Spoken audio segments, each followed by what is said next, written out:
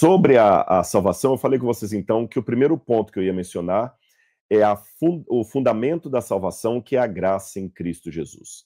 O que a gente aprende da Bíblia? De maneira simples. Eu vou resumir para vocês. Se eu falasse de salvação de uma maneira sistemática, são livros dessa grossura. Então, vamos diminuir tudo nessa live para facilitar a sua compreensão. É fácil, você vai ver.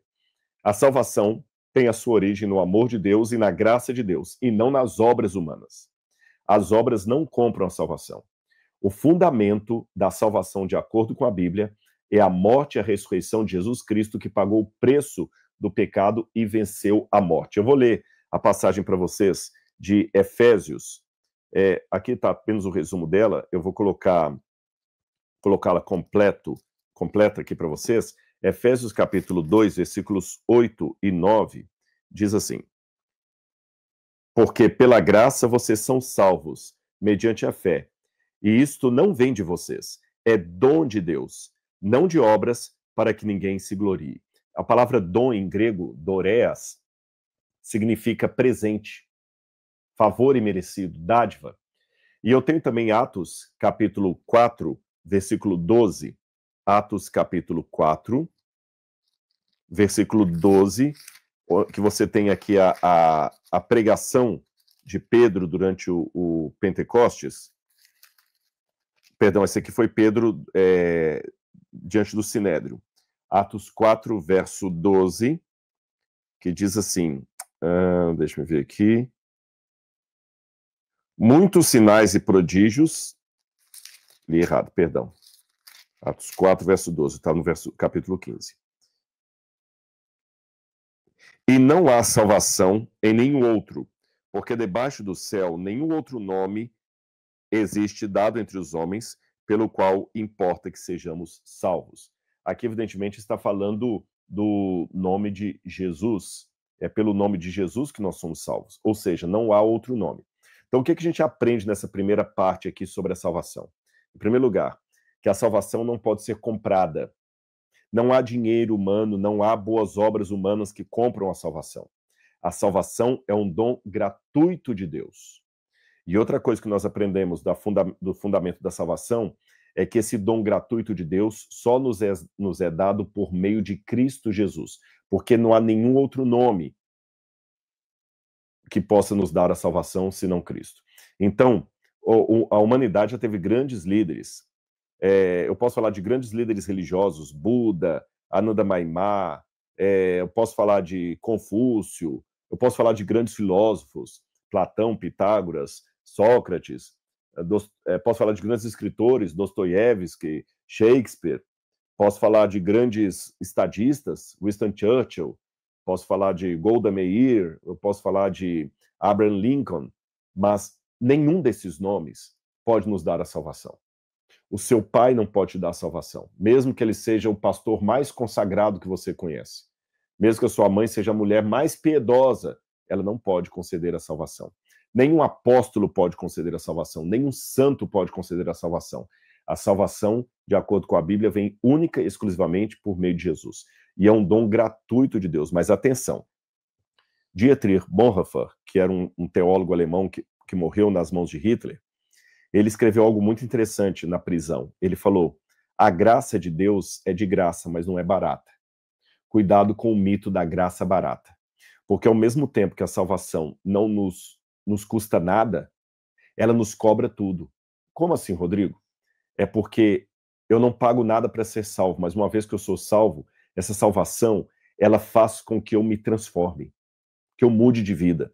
Daqui a pouco eu vou falar um pouco mais sobre as obras, mas para começo de conversa é bom reforçar esses dois princípios bíblicos para você. A salvação é um dom gratuito de Deus e ela só vem por meio de Cristo Jesus. Eu vou ler uma outra passagem para vocês aqui, que é o Evangelho de João, capítulo 14, versículo 5, onde Jesus diz: eu sou o caminho, a verdade e a vida. Ninguém vem ao Pai senão por mim. Quando Jesus fala isso em grego, o termo é muito forte. Jesus fala: ego eimi re rhodos kai re aletheia kai re zoe. Ou seja, eu sou o caminho, não um dos caminhos. Eu sou a verdade, não uma das verdades. E esse versículo da Bíblia, ele é profundo porque Jesus não falou, eu mostro o caminho. Não, eu sou o caminho. Percebem? Essas três palavras, caminho, rodós em grego, verdade, aletheia, e vida, zoe, elas têm um significado ainda mais profundo em hebraico.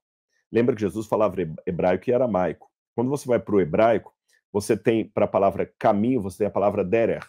Derer, em hebraico, ela significa mais do que simplesmente um caminho mesmo.